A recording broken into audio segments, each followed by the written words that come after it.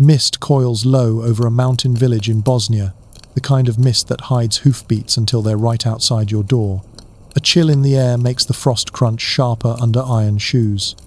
Somewhere in the haze, parchment is being unrolled, a sound like dry leaves breaking. They arrive not with swords drawn, but with the practiced efficiency of a travelling human resources department.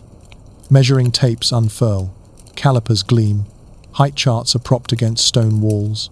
A ledger large enough to flatten a goose is opened, its empty columns waiting for names that will never return home. This is Devshirme, the collection. A state program as neat as it was brutal. From the Balkans to the Caucasus, from Hungary's frostbitten villages to Egypt's Coptic quarters, the Ottoman bureaucracy harvested Christian children for the empire's service. Boys for the Janissary Corps or the Sultan's private chambers. Girls, officially unmentioned, vanishing into the harem or court households.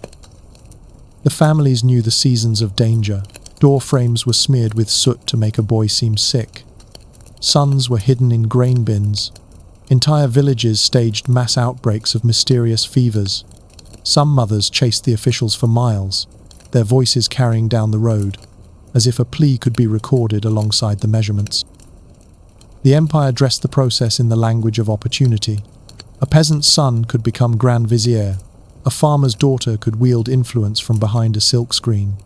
But behind the rhetoric was a strange, almost comical collision of bureaucracy, indoctrination, and palace intrigue. In the Ottoman record books, a kidnapped child could be entered on the same page as an order for carpets and lemon trees. In the story ahead, we won't just follow the marches, the drills, and the palace doors swinging shut. We'll explore the absurd precision of an empire that could measure a child's teeth to the millimeter, but never record their real name again. The Devshirme was not a raid.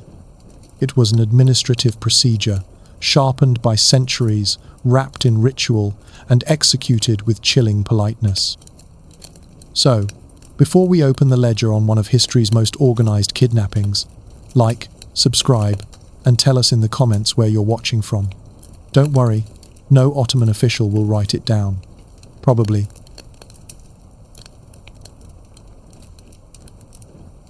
The collection never arrived all at once. It began as a rumor, whispered at wells, muttered in markets, then became hoofbeats, then became the sight of dust rising on the road. Bosnia, Albania, Serbia, Bulgaria, Macedonia, Thrace, and the hill towns of Greece all knew the sound. Across the Black Sea and the mountains, the Caucasus villages of Circassia, Georgia, and Armenia learned it too. In Hungary, Wallachia, Moldavia, and Transylvania, the same routine repeated, though in colder winds. Even in Africa, among Egypt's Copts, on Nubia's riverbanks, and the Sudanese borderlands, the system's reach was felt, sometimes through Red Sea traders, sometimes through local tribute. Geography didn't matter. The ledger had columns for everyone. They came for boys between 8 and 18, though the ideal recruit was considered 12 to 14, old enough for endurance, young enough for total remolding. Any younger, and they risked losing years to training without return. Any older, and the empire feared a mind already anchored to home. Age was not determined by birth records, few villages kept them, but by physical inspection. A boy who could lift a bow, walk 30 miles in a day, and speak without his voice breaking might be 14, according to the ledger, regardless of what his mother swore. The inspections were meticulous, almost comical in their precision. Officials carried calipers for jaw width, rods for height, and sometimes mirrors to check symmetry. A crooked tooth could be overlooked if the eyes were bright. Bowed legs were a definite rejection. Skin was examined for healthy color, though this standard varied from the cool pallor prized in palace pages to the sun-darkened hue valued in soldiers. They were not merely building an army, they were casting for roles in a vast imperial theatre. There was no appeal process, but there were exceptions, sold by the bushel. Wealthier Christian families could pay to keep their sons, often through discreet bribes to local governors. Muslim families, officially exempt, sometimes used bribes in reverse, paying to insert their sons into the system for the prestige it promised. Entire villages claimed to have no boys of the right age. producing a parade of elderly sons, leaning on sticks or infants swaddled to look suspiciously mature. Others staged outbreaks of sudden illness. Fevers that had not existed yesterday spread like wildfire when collection day approached. Coughing choruses rang out from barns, while boys sat under blankets chewing wild herbs to stain their tongues. Ottoman officials, for their part, made a show of inspecting these patients with sympathetic nods, closing the ledger, only to return weeks later when the miracle recoveries had occurred. The confrontations could be theatrical.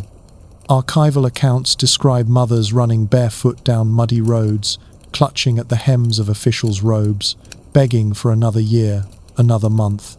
Some succeeded, usually when the party was already full or the boy too scrawny for the quota. More often, the appeals ended with an entry in the ledger and a boy walking away without looking back, sometimes out of fear, sometimes because looking made it worse.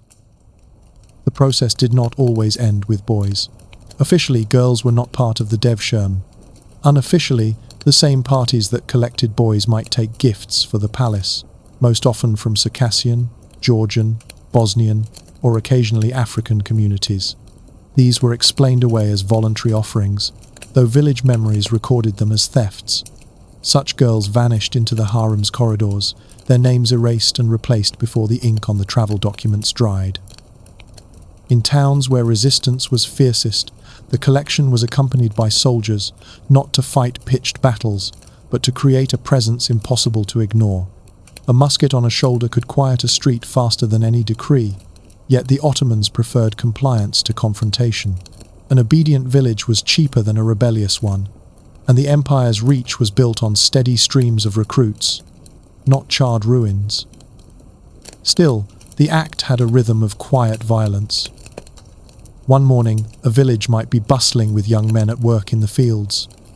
By evening, the same fields would be eerily silent. Friends vanished mid-season. Younger siblings slept in the beds of older brothers who had been measured, marked, and marched away. Over time, some villages adjusted their very demographics, families delaying childbirth or sending sons to live with relatives across borders during collection years. For the boys, the departure was abrupt. One moment, they were at home, the next, they were standing in line before a tall man with an ink-stained hand.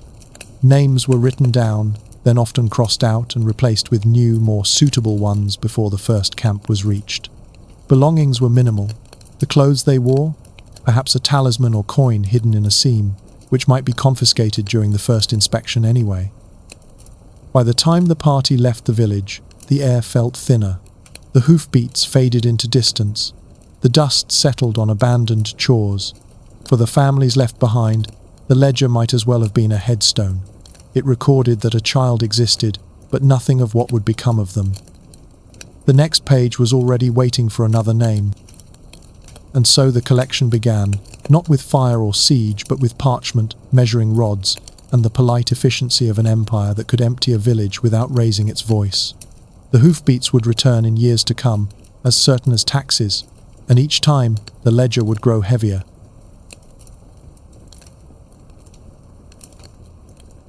For some villages, the sound of hoofbeats meant more than the loss of sons. The same riders who measured boys for the janissaries might return weeks or months later with a different set of instructions, orders not written in the Devshirme ledgers but passed in sealed pouches. These were for the gifts, destined for the palace, young girls whose faces matched the court's current ideals of beauty. The Ottoman court had its preferences, catalogued as carefully as military standards. Circassian girls were described in palace inventories as having moonlight skin and cloud-dark hair.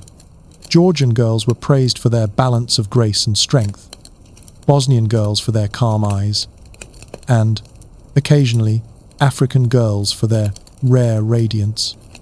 None of these phrases appeared in official decrees. They lived instead in the private language of eunuchs, scribes, and palace gossip. Once selected, the girls were taken to imperial training centers, sometimes in the same caravans as boys but kept separate by protocol and armed attendants. The first step was Islamization, names stripped and replaced, baptismal crosses removed, languages discouraged. A girl might leave her village speaking 3 dialects. Within a year, she would answer only to a new Turkish name, her old one allowed only in whispered dreams. Court training was rigorous and theatrical. Days began before dawn with lessons in posture, dance, and the precise choreography of palace greetings. Speech was rehearsed to the syllable. A glance, a bow, the folding of hands, each motion drilled until it could be performed without thought. Music was a major part of the curriculum. The ability to accompany a lute song or recite a poem without hesitation could elevate a girl's standing in the eyes of her superiors. The transition was enforced by deliberate isolation. In their first months, many girls were placed under quarantine, not for illness, but to break village habits. For weeks, they might speak to no one but instructors. Laughter was discouraged. Rural accents were corrected out of speech. It was the first stage in turning a peasant child into a piece of palace furniture, beautiful, useful, and silent until required. Fashion was another realm of control. Teeth blackening, a beauty fashion imported from certain Asian courts, was occasionally imposed, even when it caused gum disease or illness.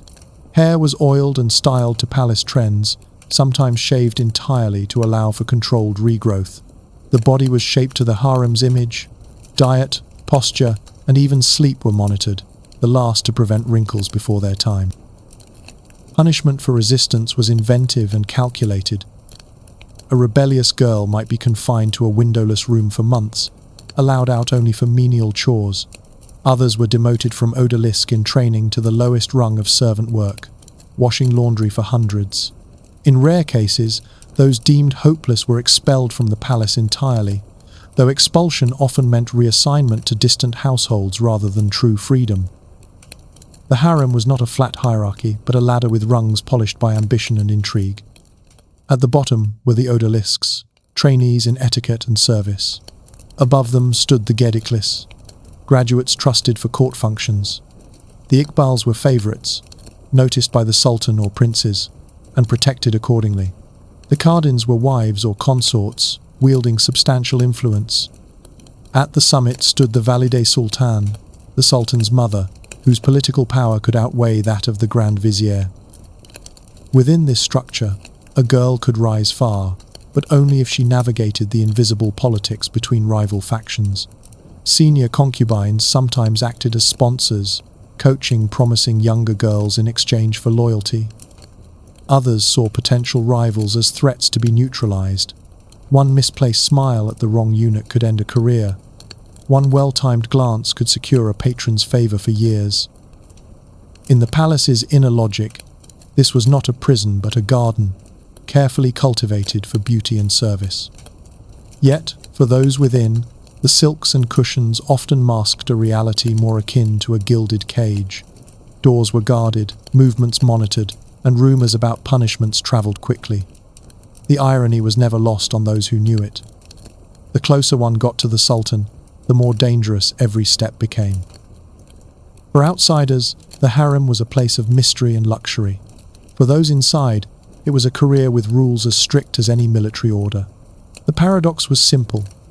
One could gain influence over the empire itself without ever leaving the palace walls, and yet, in the same moment, lose the right to walk unescorted in the gardens.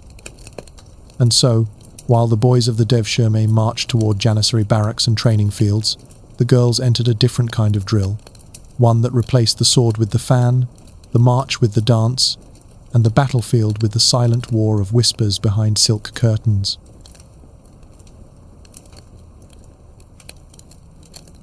For the boys taken under the Devshirme, the road to Istanbul began not with a grand departure, but with the slow shuffle of a chained column. Iron links clinked in rhythm with the march, a sound that carried farther than voices. In winter, the chain was cold enough to numb the skin. In summer, it burned. The journey could last weeks, cutting across provinces, mountain passes, and river valleys before the capital's domes appeared. Along the way, villages watched the process like a grim parade. Mothers kept children indoors, shutters stayed closed, and dogs barked from behind gates. The boys were rarely allowed to speak to outsiders, though some managed to shout their names or home villages before being pulled back into line. Each mile was another step away from familiar dialects, customs, and landscapes. The first major halt for many was Edirne, a secondary capital and sorting point.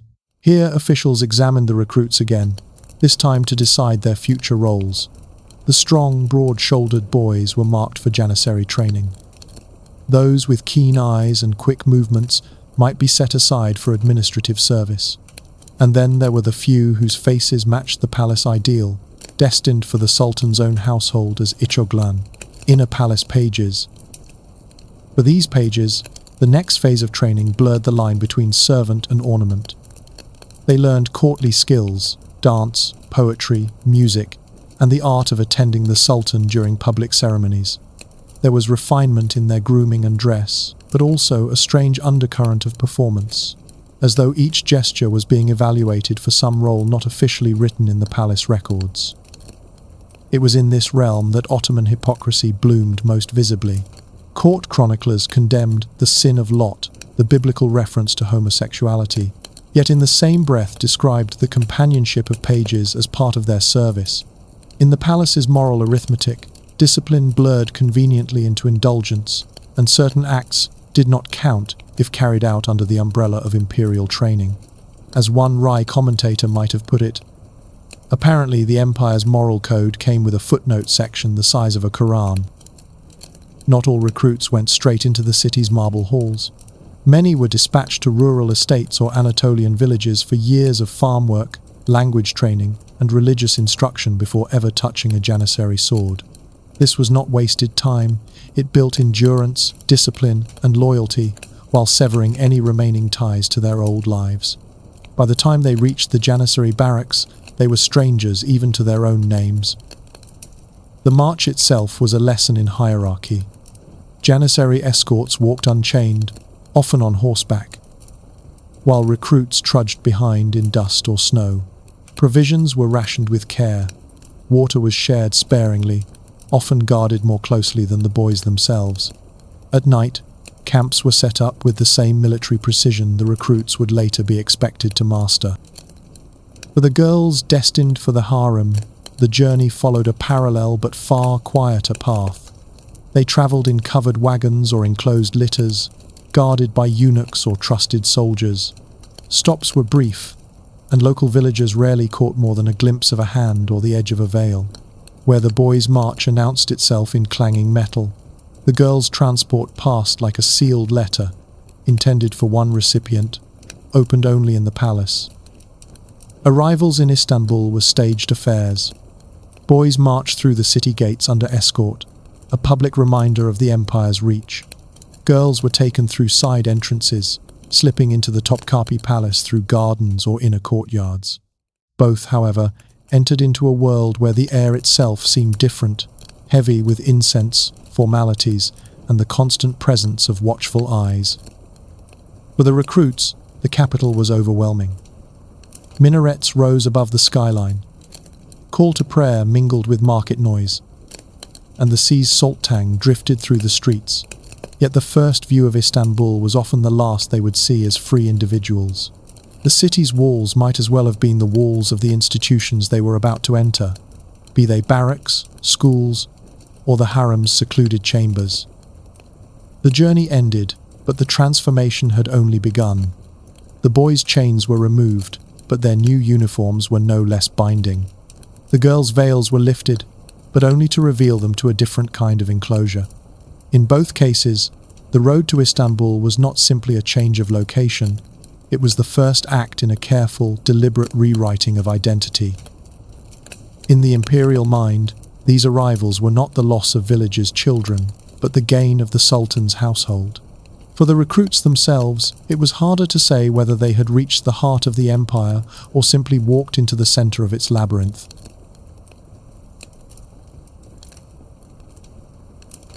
Under the vaulted ceilings of the imperial chancery, the ideology of the Devshirme was laid out in polished phrases and inked decrees. It was not a crime, according to the pages. It was a service to God and Sultan alike. The language was careful, the calligraphy perfect, every loop of the pen suggesting benevolence where the reality was anything but. From the empire's own perspective, This was no theft, but a form of moral elevation. Boys were rescued from rural ignorance and placed on the path to greatness, whether they wished to walk it or not.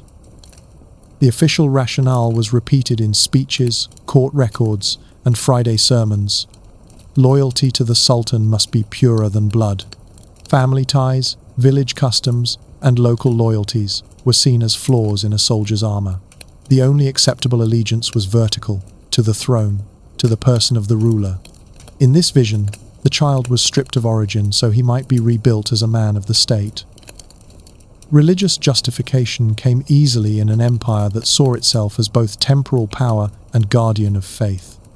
Islamic scholars in service to the court described the practice as delivering young souls from error into the light. The fact that these conversions were compulsory was downplayed in official discourse. Emphasis fell on the supposed honor of serving in the Sultan's household or his armies. Even the most pragmatic viziers found it useful to cloak policy in piety. The rhetoric promised a meritocracy, a word that, like the uniforms, fit differently depending on the wearer. Any peasant boy, no matter how humble, could in theory rise to Grand Vizier or command the empire's armies. This was technically true, though it left unsaid the attrition rate, the decades of service, and the need to survive, not just war, but palace intrigue. Success stories were paraded as proof of fairness, omitting the countless names that ended in anonymous graves or faded postings far from the capital. The Ottomans did not invent the idea. Their system bore the imprint of earlier models, most clearly the Mamluk military of Egypt, a corps of slave soldiers who, in some cases, seized power themselves. Ottoman administrators admired the Mamluks' discipline but aimed to avoid their habit of regicide. The solution, they believed, was to take recruits even younger, shaping their loyalties before adult ambitions could root. The paradox of the Devshirme lay in its legal framing. The children were classified as kul, slaves of the Sultan. But this status did not mean powerlessness. In Ottoman law, being the Sultan's personal property could open more doors than being a free subject. A kul might command thousands of troops, negotiate treaties, or even govern provinces, all while remaining, on paper, someone else's possession. It was a contradiction that baffled European observers and rarely troubled the empire itself. In practice, the ideological purity of the program was as much a performance as the selection ceremonies. Decrees spoke of discipline and moral improvement. Provincial governors spoke of quotas and quality control. A boy with strong shoulders and clear eyes was an asset. A boy who failed to meet the ideal measurements was, ideologically speaking, less valuable, though his soul, according to the official line, was no less worthy of saving. Some contemporaries found the justifications almost theatrical. Chroniclers noted the careful staging of sermons before a collection, the way imams invoked divine favor just as the recruiters appeared in the square. Villagers were expected to hear the call to faith and the clatter of the measuring calipers as part of a single harmonious message. The absurdity was that these two sounds, prayer and inspection, were entirely unrelated except in the empire's own narrative. The empire also framed the Devshirme as a civilizing mission. Provincial reports described the rough manners of recruits before training, contrasting them with the refinement supposedly achieved after years in imperial service. In such documents, the gap between reality and description could be wide enough to march an army through. Clean uniforms and correct bows were taken as evidence of moral improvement, as though a polished boot might signify a purified heart. Critics within the empire, quiet ones for obvious reasons, questioned the morality of seizing children from their parents. Their dissent was usually couched in practical terms. Too frequent collections might empty a village's workforce. Too heavy a hand might provoke unrest. Moral objections, if voiced at all, were veiled in language about timing or efficiency. The official ideology was rarely challenged directly. To do so was to challenge the Sultan's wisdom. In the Sultan's court, this ideological scaffolding served more than just recruitment. It reinforced the image of the ruler as both father and master, the source of opportunity and discipline. To obey him was to obey God. To serve him was to fulfill one's highest potential. This was not merely propaganda, it was the operating manual of an empire that depended on strangers more loyal than kin. Even the ceremonial language of promotion carried the same logic. When a former farm boy stood before the Sultan to receive a new post, his past was never mentioned. His birthplace was irrelevant, his family invisible. He was, officially and entirely, a creation of the imperial will. This was the Devshirme's ideological triumph, not just to collect children, but to erase the idea that they had ever belonged anywhere else. The creed would outlast many of its practitioners. Long after the boys who first marched to Istanbul had grown old in service, the rationale remained. Loyalty was a thing to be engineered, not trusted to nature. Whether spoken from the minbar, written in a decree, or whispered in the halls of power, the ideology of the collection was clear. The state could take a child and make him its own, in body, faith, and memory. The next step would be to see how this ideal was translated into the machinery that made it real.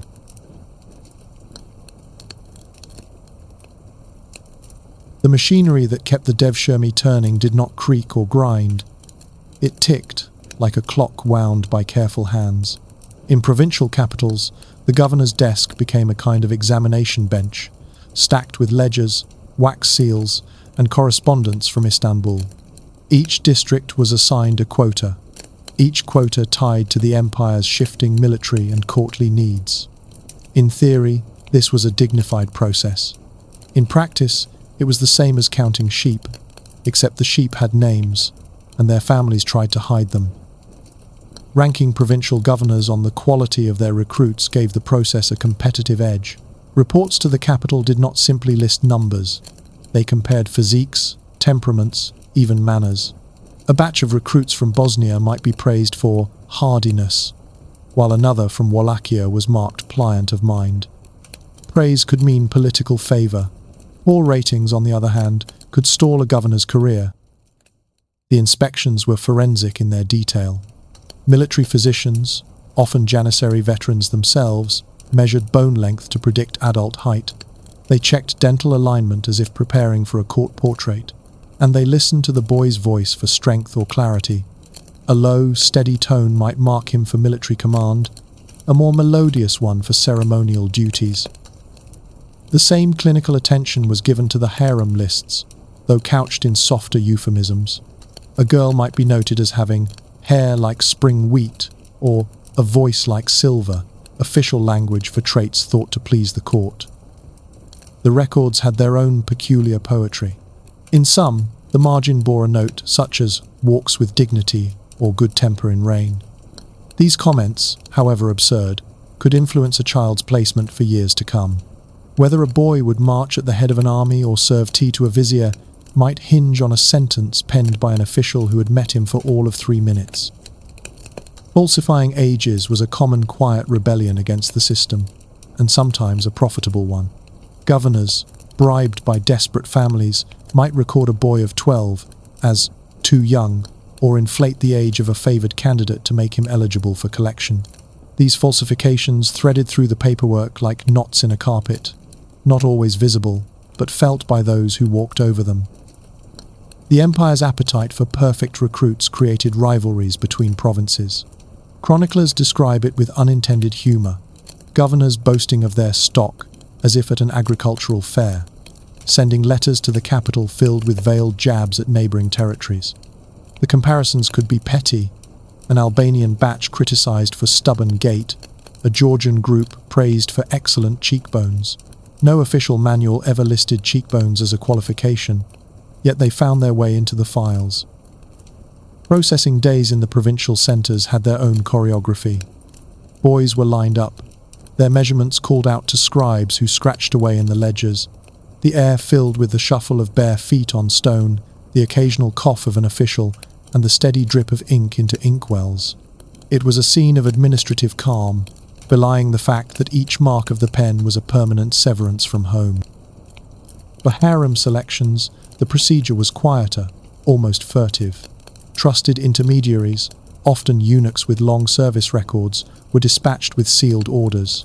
Their reports were returned in coded language, describing beauty without overt mention of the purpose. The palace preferred to preserve the illusion of refinement, even in internal correspondence. The capital's bureaus received these provincial lists like merchants unpacking crates of rare goods. The names were copied, translated into Ottoman script if needed, and sorted into departmental books. The military took its lists, the palace its own.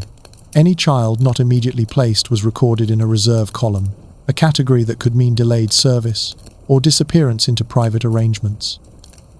Every part of the system left paper behind. Rolls of parchment, bundles of folded letters, tallies inked on the back of tax forms. The empire's memory of the collection was as much in these stacks as in the Janissaries' parade ground. For the modern historian, it is a gift. For the child, it was a sentence written in an alphabet he might never learn to read. Occasionally, the paperwork itself became a battlefield. Governors might argue over a particularly promising recruit, their disputes carried by courier over hundreds of miles. The final decision rested with central officials who knew the child only as a line in a column. Ironically, the boy's fate might be determined more by a bureaucratic tug-of-war than by his own qualities. Thus, the Devshirme's bureaucracy was not just the skeleton of the system, it was the skin and sinew as well. From the first scribbled measurement to the stamped seal of the palace, the process transformed living children into entries in a ledger. The next step was to see how this machinery was fueled and who paid the price for keeping it running.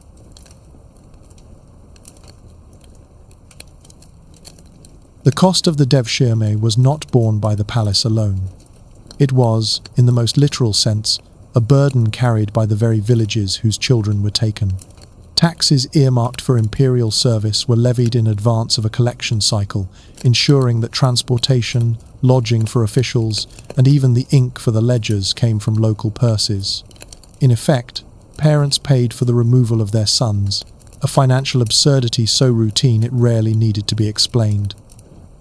This arrangement was dressed in the language of civic duty. Provincial decrees spoke of contributions toward the strengthening of the realm, never acknowledging that the most valuable contribution, the child himself, was already being extracted. The money was for the system's upkeep, not for the family's benefit. It paid for the wagons, the guards, and the clerks who would erase the family's name from the boy's identity. Corruption, predictably, seeped in wherever there was coin and custody. Some officials lost recruits along the road, a bureaucratic vanishing act that ended with the child reappearing in a private household hundreds of miles away. A boy destined for Janissary barracks might instead become a domestic servant for a provincial notable who had the right connections and the right price. The empire tolerated such disappearances when the sums were large enough, though officially they were considered theft from the Sultan himself.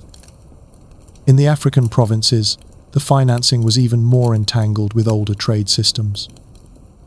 Certain local rulers paid their tribute to the Ottomans not in gold or grain, but in captives.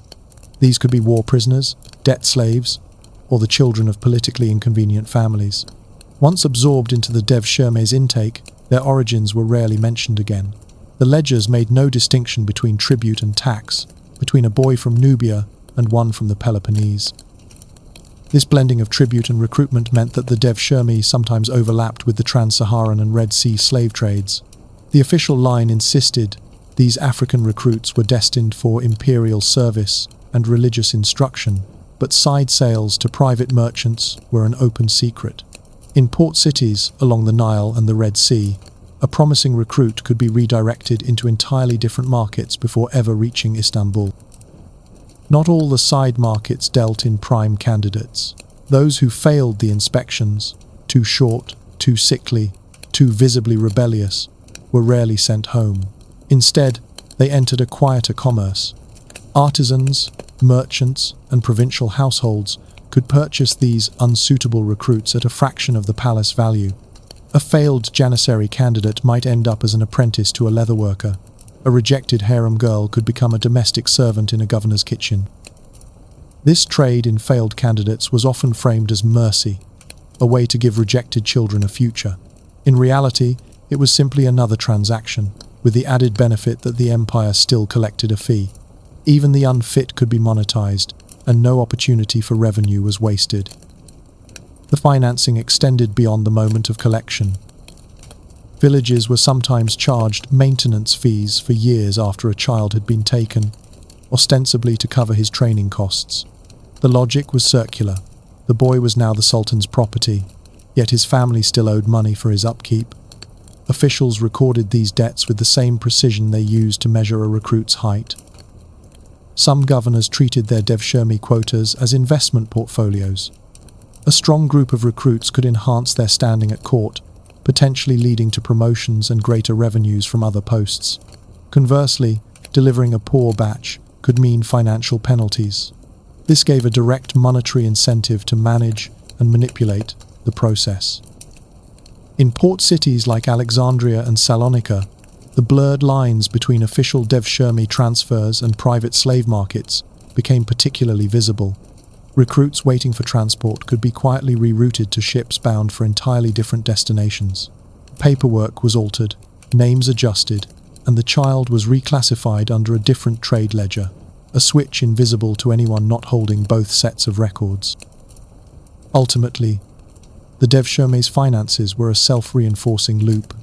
The system taxed its victims, paid its administrators, and sold its byproducts, ensuring that almost no part of the process failed to generate revenue. Even absence had a price. A boy who escaped the collection might cost his family a fine for withholding imperial property. Thus, the collection was not only an exercise in ideology and bureaucracy, but also in economic efficiency, a machine that turned children into currency and currency into more machinery. The next step is to look beyond the ledgers, to the lives that existed before this transaction began, and what it meant to lose them.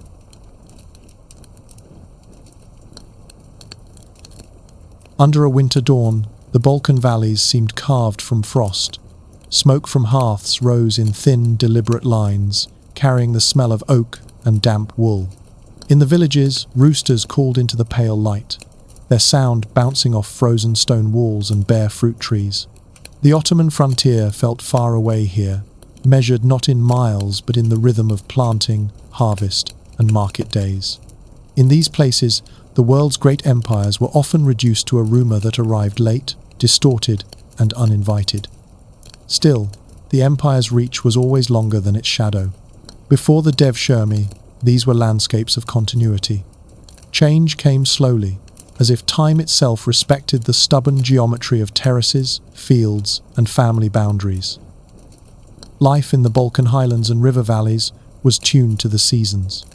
Spring opened with the breaking of ice in the irrigation channels, a sound both urgent and reassuring. Summer heat baked the clay walls of houses until they smelled faintly of earth and grain. In autumn, walnuts fell with quiet thuds into baskets, and pigs were driven down to the oak groves for fattening. Winter closed the roads, and villages became islands in snow. In these months, the only official visitors might be a tax collector or a travelling priest. Children grew into their labour without ceremony, turning the millstone, driving goats, learning which plants could be eaten and which could cure a fever. To be a boy of 12 here was to be halfway between play and plough. Markets punctuated the year like chapters. In Skopje, Thessaloniki, and Sarajevo, stalls groaned under piles of figs, wax candles, and bolts of homespun cloth. Men bargained in half a dozen languages, from Greek to Albanian to Turkish, their words slipping between coins and handshakes. A boy might visit such a market once or twice a year, wide-eyed at the brass coffee pots, at the beads cut from coral. In some regions, news travelled only with the traders, reports of war, a distant plague, or a new road cut through a mountain pass. For many, the empire existed primarily in tax demands and the occasional conscription of grown men for seasonal labour. Children, for the most part, were left to grow where they were planted. Religion gave the calendar its shape. Eastern Orthodox bells marked feast days with a low, resonant certainty. Catholic parishes in Dalmatia added their own Latin chants to the air. Some villages kept both traditions alive, their processions winding past each other like two parallel streams that never mingled but shared the same water source. Festivals were both spiritual and practical. an excuse to gather, trade, and negotiate marriages. The idea that a child could be taken not by misfortune but by imperial order was, in these years before the collection, as strange as the thought of the moon falling into the river. The family unit was an unshakable frame in these societies.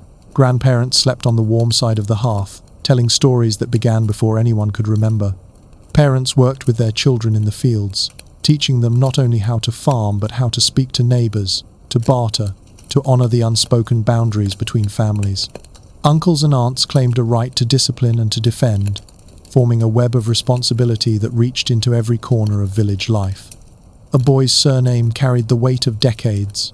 It could open a door or close it. Girls likewise learned the weave of household and communal roles from the moment they could carry a water jug. No imperial decree could yet sever those threads. In river towns, the world was broader. Barges moved grain and timber downstream, while Ottoman garrisons kept quiet watch from their wooden towers. Local administrators collected dues, but their faces were familiar. They were often from the same district, speaking the same dialect. This gave the illusion of autonomy, even as trade and law were tethered to distant Constantinople. A boy might see janissaries passing through and think of them as another species, exotic, armored, and entirely unrelated to his own path in life. The distance between a shepherd's son and a soldier in the Sultan's guard felt absolute. Children's games reflected the work around them. They mimicked ploughing in the dirt, or staged mock hunts with carved sticks as rifles. Girls rehearsed dances they would one day perform at weddings, their bare feet kicking up dust in summer courtyards. Songs passed from mouth to mouth, carrying stories older than the mosques and fortresses on the horizon. A boy could grow to manhood without ever seeing the sea, yet still sing of ships with black sails and golden figureheads. The imagination filled the gaps geography left empty. It is easy to imagine these years as a sealed world, untouched by the machinery of empire. But Ottoman officials already kept lists of taxable households, maps of productive valleys, and records of Christian populations. A census was a polite conversation before it was a confiscation. Surveyors arrived with measuring rods and friendly questions, gathering data that would one day become policy. In hindsight, the ledgers were already primed. They only needed a new column. And when that column appeared, it would have space for names, ages, and measurements. In the mountain passes, the empire's presence was softer, felt more in rumor than in regulation. Villages traded salt for wool with neighbors rather than submitting to long-distance markets. Here, the pace of life was slow enough for a man to know every tree on his grazing path. Ottoman soldiers rarely came this high unless chasing bandits or delivering a message to a local chieftain. Still, the chain of authority stretched even here, invisible but unbroken, like a rope anchored somewhere far below. When it began to pull, few would be able to resist its tension. Season after season, the old rhythms seemed unshakable. Spring thaw meant planting barley. Summer storms could be read in the behavior of goats or the shape of clouds above the ridges. Autumn's chill was the cue to repair roofs and prepare firewood. The empire's wars were distant thunder, impressive but harmless at this remove. Even when tax burdens increased, people adjusted with the same resignation they gave to bad harvests. No one yet imagined a harvest of children. In the towns, inns served travelers, carrying stamped permits from provincial governors. Officials moved quietly between jurisdictions, stopping to inspect warehouses or review accounts. Children watched them with a mix of awe and caution, as one might regard a falcon resting on a fence post. Beautiful, but with talons. The administrative apparatus was efficient when it wished to be, and invisible when it did not. This was its greatest strength. The ability to seem absent until it was suddenly everywhere. When the Devshirme came, it would arrive with the same combination of calm and inevitability. And so, before the collection began, life in these provinces was neither idyllic nor entirely free. It was a balance, local customs under an imperial umbrella, rooted traditions under shifting laws. People tilled their land, raised their children, and counted their sheep with the same patience they gave to counting years. They measured time in harvests, in baptisms, in weddings, The empire measured it in ledgers, 2 calendars running side by side, waiting for the day they would be reconciled in the same ink.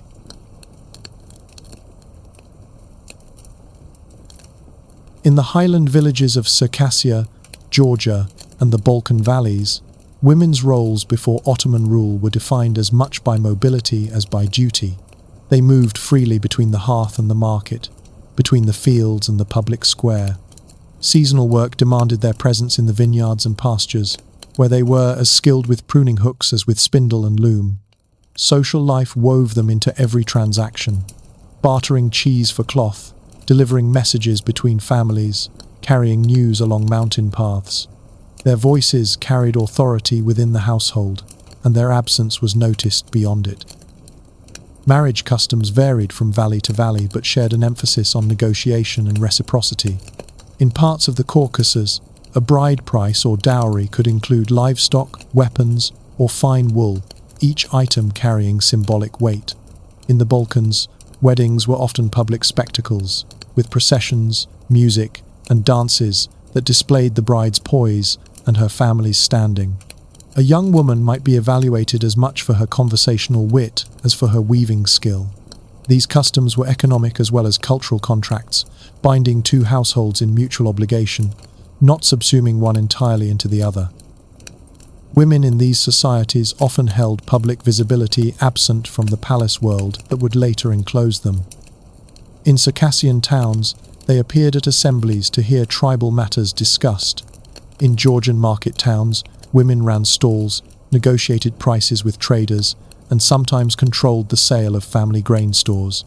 Religious observances did not confine them to private space. Feast days and processions placed them at the center of communal life. Even within the Orthodox and Catholic frameworks, local practice allowed a latitude of movement shaped more by necessity than by doctrine. The attire of village women reflected practicality, not ceremony. Wool skirts and linen blouses were layered for warmth, belts carried tools or small purses, and headscarves were adjusted for work in the wind. Jewelry was reserved for festivals or public gatherings, often doubling as portable wealth in the form of silver coins strung along a braid. The garments bore the marks of labor, faded knees from fieldwork, embroidered hems mended more than once. These clothes, unlike the silks of the imperial harem, carried the memory of where they had been worn. Girls learned their place in this framework from early childhood, but that place was not one of isolation. They accompanied older women to water sources, to neighbors' houses, to distant pastures where sheep grazed. They learned to manage herds, to bake bread for market, to keep accounts in their heads. Skills were taught in motion, with conversation and song. The village was a classroom without walls, and every path between homes was a corridor of instruction. Religious affiliation did shape female roles, but not in uniform ways. In Orthodox regions, women participated in Saints' Day rituals, carrying icons in processions alongside men. In Catholic enclaves, church services placed them in separate pews, yet communal meals afterward were shared without division. Local superstition sometimes blended with official religion. Women were keepers of charms, midwives invoking both saints and older pagan names for protection.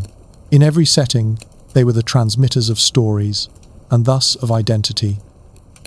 Inheritance laws often preserved a woman's right to certain property, dowry lands in the Balkans, cattle in parts of the Caucasus. While male relatives usually held legal control, a widow could manage her late husband's estate, negotiate leases, or arrange the marriages of her children. These rights were not universal but were understood locally as part of the balance that kept extended families intact.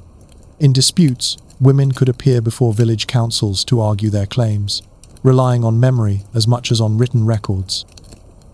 Hospitality was a duty shared equally between men and women. Guests were received with bread, salt, and whatever the household could spare, and the woman of the house directed the preparation. She orchestrated the pace of a visit, serving dishes, prompting conversation, deciding when the guest should be offered a bed for the night. The public role of hostess was a kind of diplomacy, maintaining the village's reputation as much as the family's. Work and leisure intertwined in the evenings. Women gathered to spin wool or embroider linen while exchanging news, arranging matches, or discussing the price of grain. These gatherings formed an informal network of information faster than any official courier. A stranger might pass through a town and find, within hours, that his business was already known in 3 neighbouring hamlets. The social web was maintained in laughter, in shared labour, and in the occasional pointed observation about who was failing to keep their barn in order. The idea of confinement to an inner, guarded world was alien to these women. Even in the most conservative regions, seclusion was a choice or a mark of high status, not a general condition. A bride might be veiled on her wedding day, but she would lift that veil the next morning to tend livestock or visit her mother's home.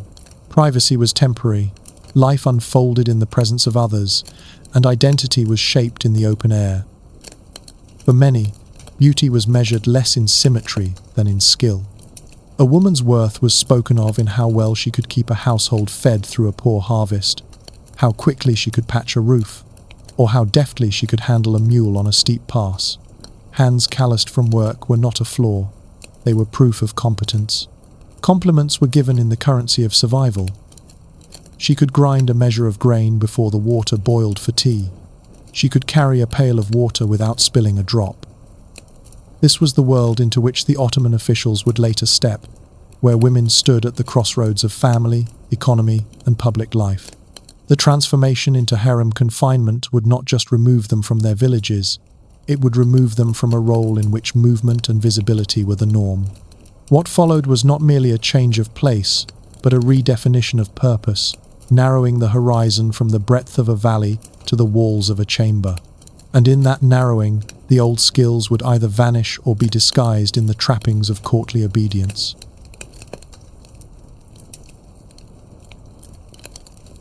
By the early years of Ottoman expansion into the Balkans and North Africa, the political air was heavy with the scent of both opportunity and inevitability. Borders shifted like sandbanks in a fast river, claimed and reclaimed through skirmishes, treaties, and dynastic marriages. Villages that once pledged loyalty to a regional lord found themselves sending tribute to Constantinople instead. The process was rarely sudden. Ottoman banners would first appear at market towns, then on the hills above a valley, and finally at the gates of local fortresses. Each appearance was accompanied not by chaos but by the formalities of empire, ledgers, proclamations, and stamped decrees that left little room for misinterpretation. The empire's priorities were pragmatic: secure supply routes, guarantee tax revenue, and establish garrisons to project authority. Yet holding these new lands required more than walls and soldiers. The Sultan's advisors knew that loyalty was unstable when rooted only in conquest. To govern territories where Christian populations formed the majority, the state developed a structure that allowed for religious autonomy under the millet system. But this tolerance was bounded by strategic necessity. Every concession was calculated to preserve imperial order, not to indulge local identity. Military recruitment, in these early decades, relied on adult prisoners of war and mercenaries from allied tribes. This approach produced skilled fighters, but not always loyal ones.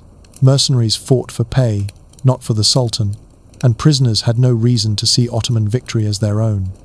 Disloyalty could be bought, and the cost was often higher than the treasury preferred. The need for a force that was both elite and personally bound to the Sultan became a recurring problem in court discussions, a problem in search of a permanent solution. At the same time, the Janissary Corps was emerging as a distinct military body, originally formed from war captives converted to Islam. They were disciplined, uniformed, and exempt from certain taxes, giving them a privileged status that was visible in every city they garrisoned. Their presence in newly conquered territories was as much a political statement as a military safeguard. The sight of Janissaries in ceremonial march, their tall felt hats swaying above rows of identical faces, was meant to impress and intimidate in equal measure. In the provinces, governors walked a narrow path between imperial directives and local realities. They collected taxes, kept the peace, and supplied soldiers when ordered. But their success depended on balancing loyalty to the Sultan with an ability to read village politics. A poorly handled recruitment could spark resistance, while a too lenient approach could be read as weakness in Istanbul. This tightrope act produced a culture of caution among provincial officials, where every decision was weighed against its potential to attract imperial displeasure. North Africa presented its own calculus.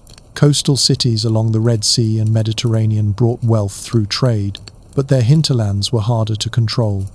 Alliances with local rulers were fragile, secured through gifts, marriages, and the occasional show of force. African recruits entered the Ottoman military through tribute agreements, blending into a system that was both part of the traditional slave trade and distinct from it. Here, as in the Balkans, the imperial need for dependable manpower pressed against the limits of voluntary enlistment. Religious justification played an important role in the political climate. Court jurists framed conquest as a form of protection, bringing order and Islamic governance to lands they portrayed as vulnerable to disorder. This narrative extended to the recruitment of soldiers. A Christian boy taken into service could be described as rescued, not stolen. The rhetoric was persuasive in imperial circles, even if it was less convincing in the villages where the boys lived. Language was a political tool, capable of softening the edges of policy until they appeared almost benevolent. Meanwhile, the empire's geographic reach created logistical challenges. Campaigns in Hungary, sieges along the Adriatic, and forays into the Caucasus stretched resources thin. The court needed a way to project power across thousands of miles without relying entirely on the goodwill of distant governors. A centrally controlled military elite, loyal only to the Sultan, promised both stability and flexibility. But creating such a core from the adult population risked importing rival loyalties into the palace itself. The political climate in Constantinople was one of calculated ambition. The Sultan's advisors, military commanders, and legal scholars debated how to create a system that would provide a steady stream of capable, obedient servants of the state. The Devshirme was not yet formalized, but its logic was already forming, visible in the dissatisfaction with current recruitment and in the growing administrative appetite for order. The idea of taking boys young, removing them from their communities, and raising them in imperial service solved many problems at once, at least on paper. Local resistance to Ottoman rule was not absent, but it was often fragmented. Bandit groups raided supply lines, and occasional uprisings flared in mountain regions, but these were quickly suppressed. The absence of a unified opposition gave the empire room to experiment with policies that might have faced stronger resistance in a more organized political landscape. In this context, the introduction of child recruitment would be framed not as an imposition, but as part of the empire's established right to govern and to mobilize resources as it saw fit. Even at this stage, a subtle irony was at work. The empire sought to create loyalty by erasing local ties, yet its reach depended on the cooperation of local leaders whose own authority was built on those same ties. The political climate was thus a study in contradictions. Central control exercised through local intermediaries, religious tolerance bounded by fiscal need, and military innovation driven by distrust of the very subjects it claimed to protect. This was the atmosphere in which the Devshirme would emerge, not as a sudden invention, but as the next, almost inevitable, refinement of imperial logic. By the time the first formal collections began, the groundwork had been laid not only in policy but in expectation. The Ottoman state had already proven it could alter village life without open rebellion, already accustomed its subjects to the language of obligation, and already turned its military needs into instruments of governance. The political climate was ready. All that remained was to open the ledger and begin a new column for the empire's youngest servants.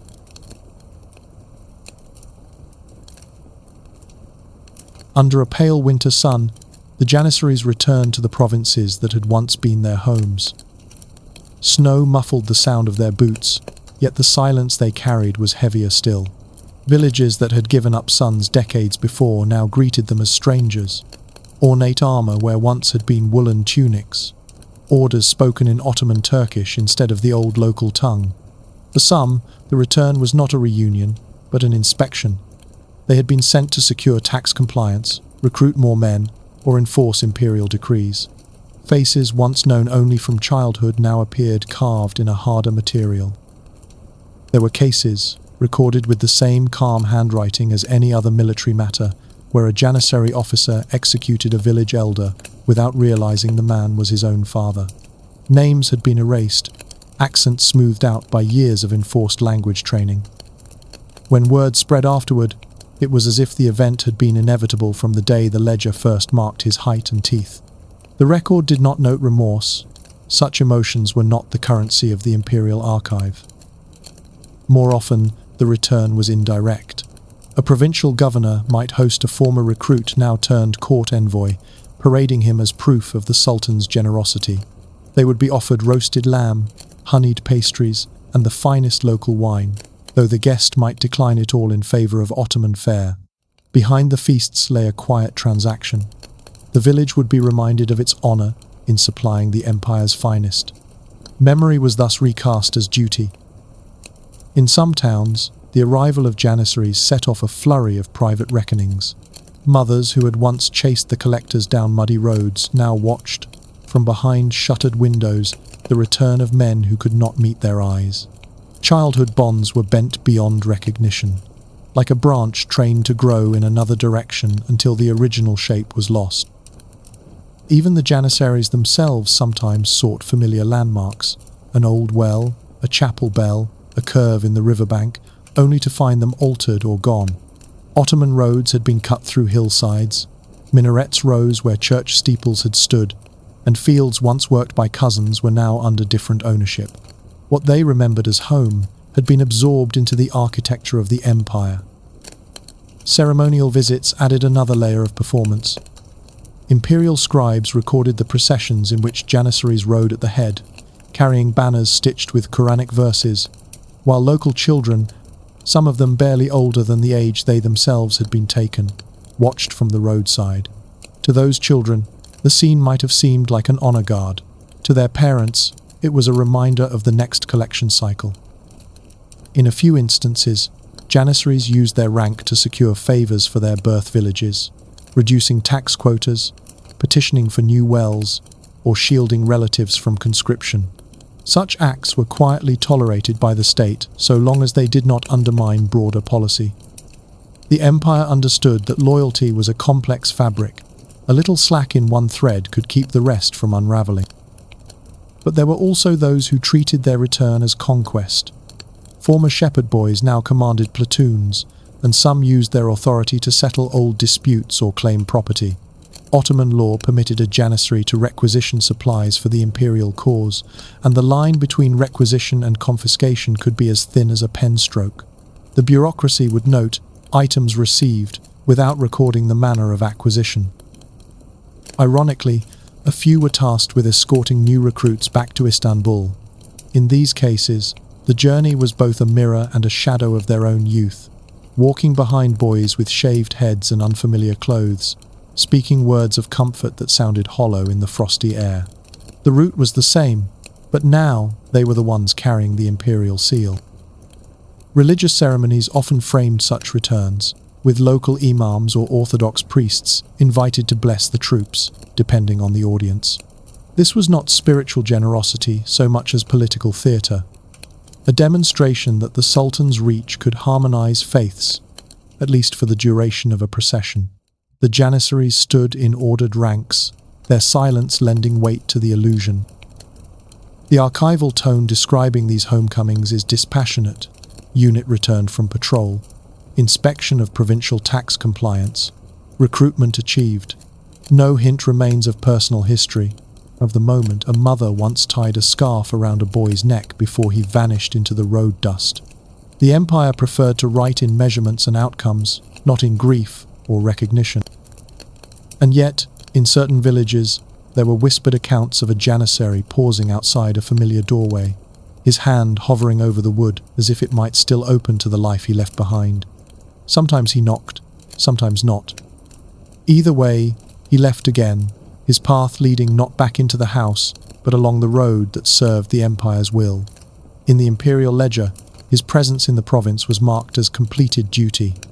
The rest, if it existed, was not worth writing down.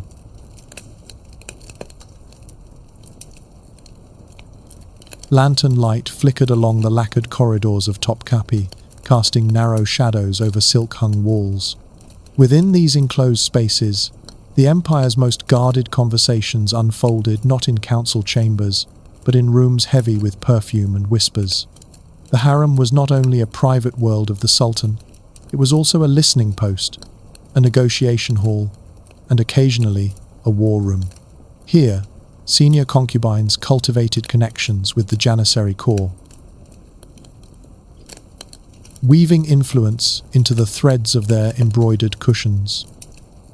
The Valide Sultan, mother to the reigning sultan, often held the central thread in this tapestry. Her reach extended far beyond the palace gardens. Through eunuchs and trusted stewards, she could communicate with Janissary commanders stationed in distant provinces.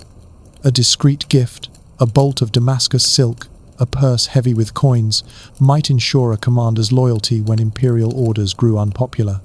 No decree of the sultan travelled faster than a rumour carried by someone who had shared tea with the Valide Sultan. Within the harem's hierarchy, certain iqbals, favourites of the sultan, found ways to position themselves as intermediaries. A compliment passed to the sultan during a quiet evening could translate, a week later, into a subtle shift in troop deployment. These women understood that the Janissaries were not just the empire's sword, but also its political weather vane. Aligning with them could keep one's own fortunes from turning abruptly cold. Eunuchs, officially the gatekeepers of the harem, played a dual role in this network. Their formal duty was to protect the women and regulate access to the sultan, but their unofficial task was intelligence gathering. Moving freely between the palace's inner and outer courts, they could carry coded messages to Janissary officers, sometimes acting as brokers in disputes the sultan might never hear about directly. Their loyalty was to the institution of the palace itself, flexible enough to accommodate a variety of shifting alliances. These channels of communication were rarely written down. Instead, they took the form of favours remembered, debts acknowledged, or promises made over shared sweetmeats. In a system where the official record reduced human action to dates and orders, the true balance of power was often hidden behind polite formalities.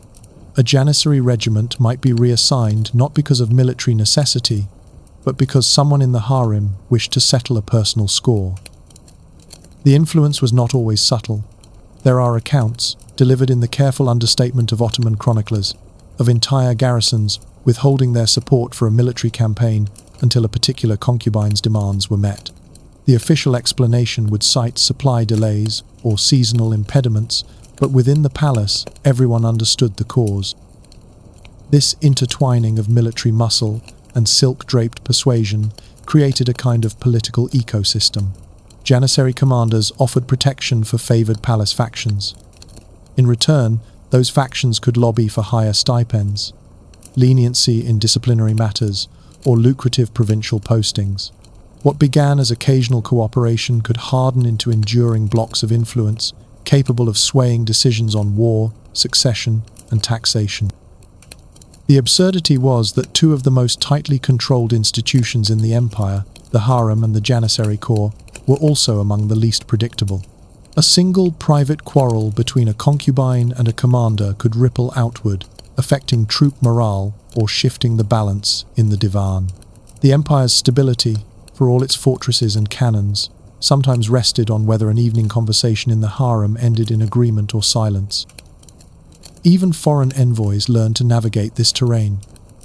Gifts intended for the sultan might instead be routed, quite deliberately, through a harem contact known to have Janissary sympathies. An embroidered fan or rare book could open more doors than any formal treaty, provided it found the right hands. In times of unrest, these alliances could be decisive. When the Janissaries threatened revolt, it was often the palace women who negotiated their return to order, sometimes by appealing to shared interests, sometimes by offering quiet concessions.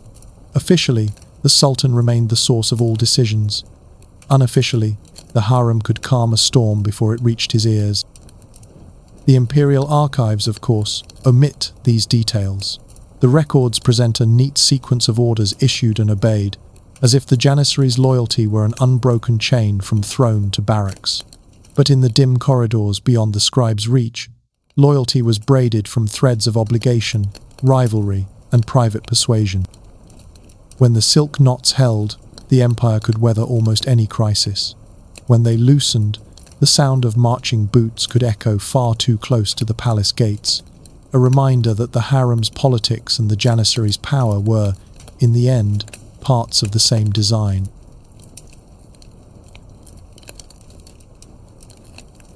Summer heat clung to the streets of Istanbul when the first rumours began to circulate, not in the marketplace but in the coffee houses where janissaries and merchants shared low benches. The Devshirme, once a precise machine for producing the Sultan's most loyal servants, had begun to twist into something unrecognisable. Muslim families now bribed their own sons into the corps, not to serve the empire with discipline, but to secure the privileges of the uniform. Exemption from certain taxes, a stipend, and the unspoken power to sway local affairs.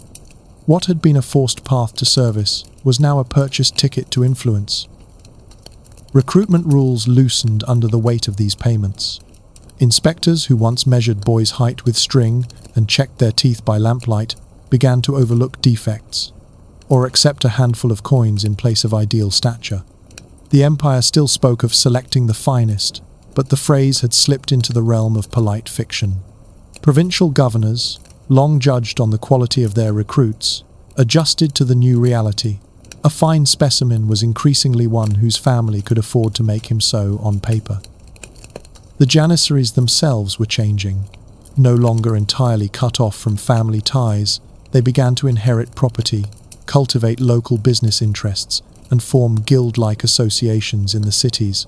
Their barracks became not just military quarters but hubs of commerce and political negotiation.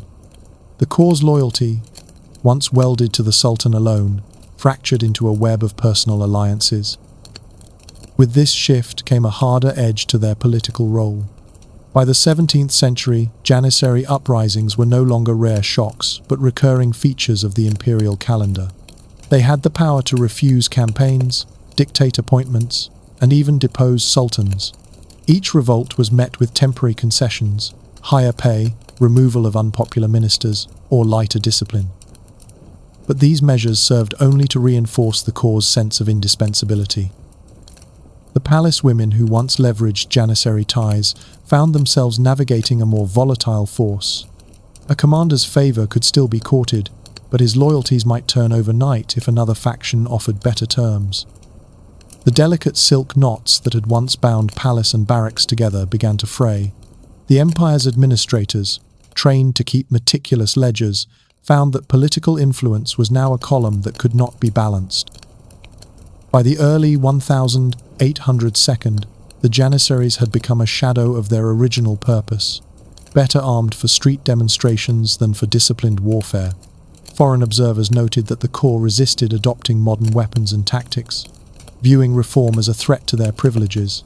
When the Sultan's advisors proposed European-style military training, the janissaries treated it not as progress, but as an insult.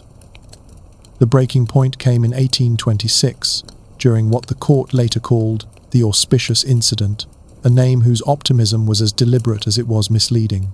Sultan Mahmud II, weary of repeated insubordination, ordered the formation of a new, modern army. The janissaries responded with open revolt, assembling in the capital and clashing with loyalist forces. For the first time in centuries, the palace did not negotiate. Artillery fire pounded the janissary barracks, setting them ablaze. The smell of gunpowder drifted across the Golden Horn, mingling with the heat of summer and the acrid smoke of burning timbers. Survivors fled into side streets, pursued by soldiers who, only a generation earlier, might have called them brothers. The revolt collapsed within days, but the decision had already been made. The corps was abolished outright, its name struck from imperial rolls. Those who escaped execution or exile melted back into the population, their pasts unspoken in public. In villages that had once feared the collectors, the disappearance of the janissaries was greeted with a mix of relief and disbelief. The empire had dismantled the very institution that had for centuries been its most formidable symbol of order and its most dangerous source of disorder. The ledgers that recorded the Devshirme did not end with a flourish, only a final, neat line where the column of new recruits fell to 0. No note explained the change, none was needed. The empire had decided that the cost of loyalty bought through childhood abduction had finally outweighed its return. And yet, in the quiet stacks of the archives, those earlier entries remained. Names, measurements, places of birth, a paper army of ghosts, still standing in formation long after the real one had been scattered by fire. The sound of their march existed now only in the turning of the page.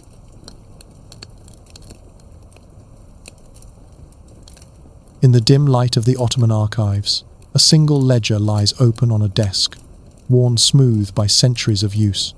The ink has faded to the color of dried leaves, but the handwriting remains steady. Each entry a careful sequence of name, birthplace, height, and age.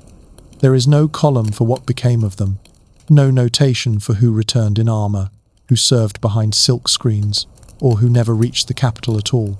The empire recorded the beginning of every life it claimed, but not the ending. Here, the Devshirme appears not as the drama of abduction or the ceremony of induction, but as arithmetic. Villages reduced to numbers, children translated into measurements, officials judged by the precision of their script. It is the neatness of the crime that lingers, the way the record refuses to betray the violence it hides. Those names were once spoken aloud in kitchens and fields, called across rivers, whispered into the dark before sleep. In the ledger, they are frozen mid-breath. They have no brothers or sisters, no laughter, no quarrels. They are exactly 12 or 14 forever, the ideal age for service. The irony, sharp as a quill's point, is that an empire built on the loyalty of strangers was ultimately undone by their ambition. The Janissaries, raised to guard the Sultan, learned that they could unseat him. Harem favorites, schooled in obedience, mastered the art of command. The state had designed a system to erase identity. It succeeded so well that those it created no longer recognized the authority of their creator. By the time the last page was filled, the Devshirme was already history. The barracks were silent, the collectors gone, the palace gates closed to new recruits. The ledger did not change its style for this ending. The script was as precise as ever. The final entry might have been for a shipment of wool or grain. Somewhere in the provinces, the roads the children once walked have been overgrown, the houses they left behind rebuilt or abandoned. A chapel bell replaced by a minaret, a market square turned to weeds.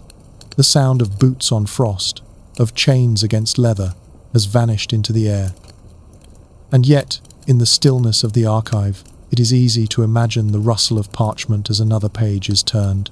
The reader's finger traces the line of a name, pausing at the empty space where a life story should be. The empire did not care to write that part. History, however, remembers the silence. Some ghosts linger in battlefields, others in ballrooms. These remain between the covers of a book, bound in leather, waiting for someone to see them. The pages are the last parade ground they will ever know. Fade to black. The faint sound of paper turning remains a moment longer, before the silence closes over them again.